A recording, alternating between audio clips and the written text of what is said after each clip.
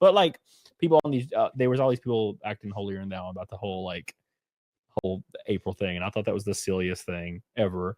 Like, come on, Like, dude. it's not a situation I ever thought I would find myself in, and then all of a sudden I did, and it was like, well, this seems cool.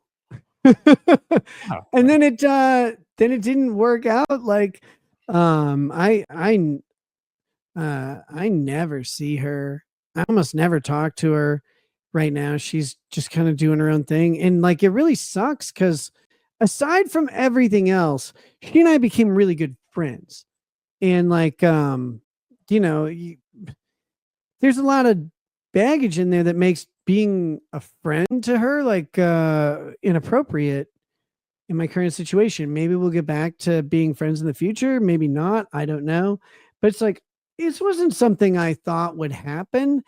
If you would ask me a couple years ago, like, is this ever going to happen to you? I'd be like, no, that's crazy. Why would I do that? But hey, life throws you some curveballs sometimes, and some shit might happen. You might be in a bad spot mentally, or you might be really like terrified of something, and you do something you weren't expecting.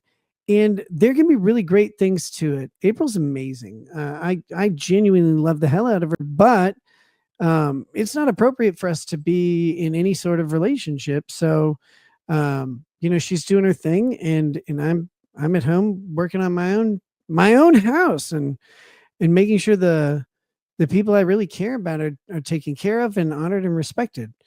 It's like, but yeah, anybody who pretends like that they would not be enchanted by like a pretty blonde woman, like come on, guys, like stop pretending to not be men.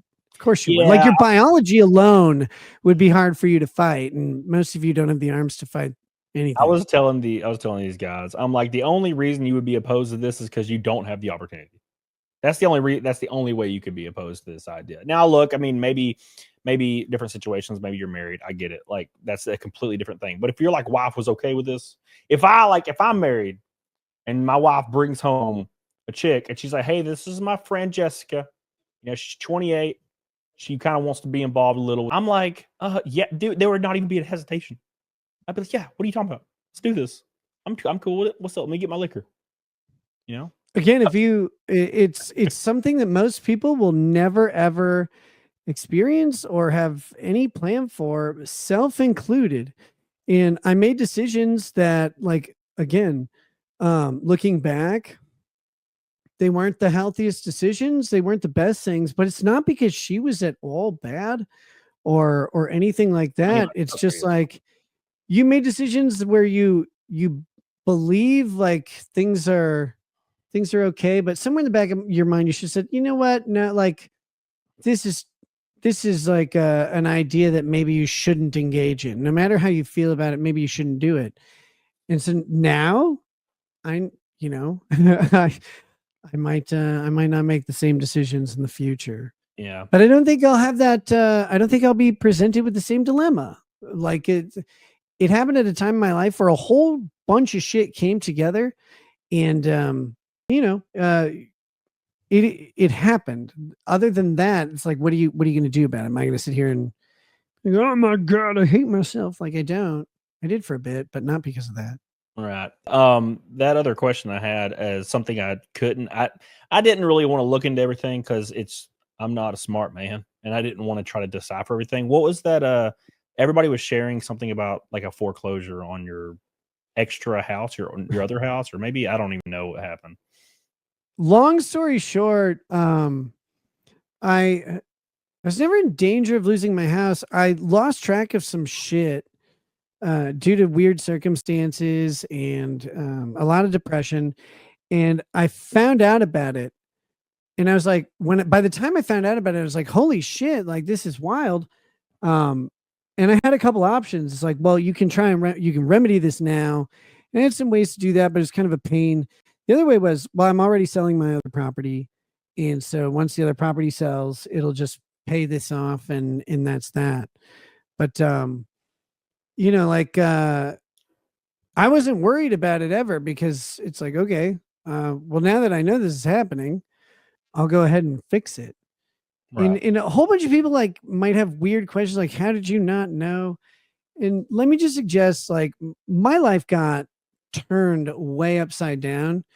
And I'll also suggest that, like, the mortgage payments, that, like, people are like, why didn't you know you weren't paying your mortgage? It's like, well, because they're like a tiny fraction of my monthly spending, and both my income and spending went into massive flux when my family got, like, kind of separated from each other, and everything that we did, like, all of my streaming income, it stops when you don't stream.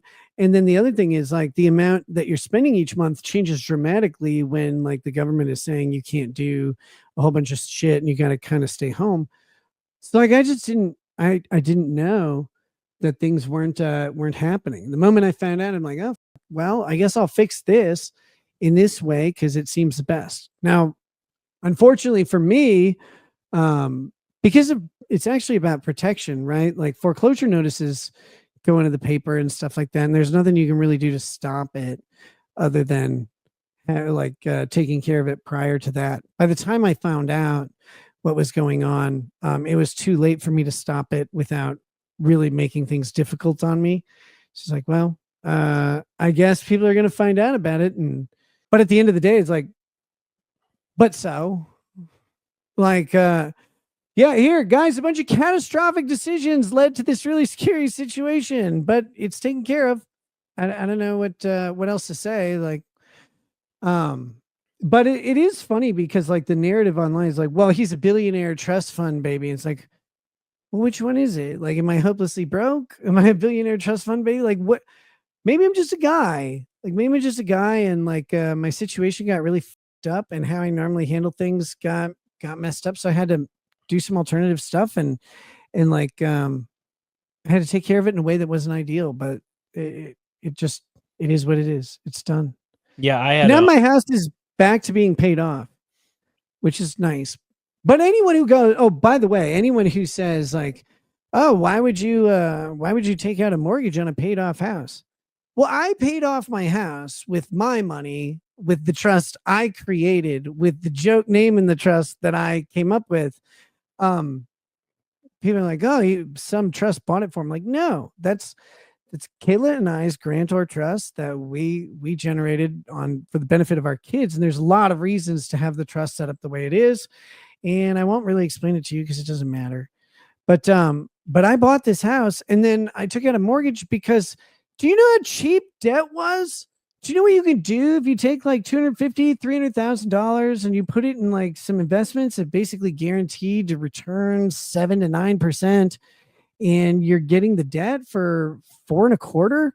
Do that. Like, why waste the asset? Like, why waste the money?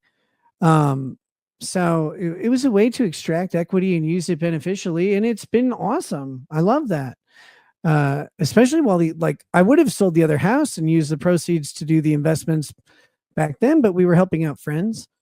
And instead it's like, well, leverage the property that you have, and or the equity that you have in something. But if you don't understand, like, why you would do something like that, you probably haven't had the opportunity to, and that's fine.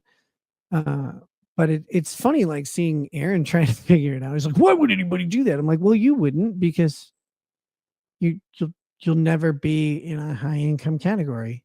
But I'm not right now. Hope to get back there sometime. Hopefully I'll earn it. And I may not. Who knows? Money comes and goes. To me, money's always been in the hands of God. Yeah, I never regard it really as mine. Like, I spend it and I share it with people who I think could use it more than me, which is most people. And I always treat it as if it could be gone tomorrow. And maybe it'll come back, maybe not. I don't live my life worried about that.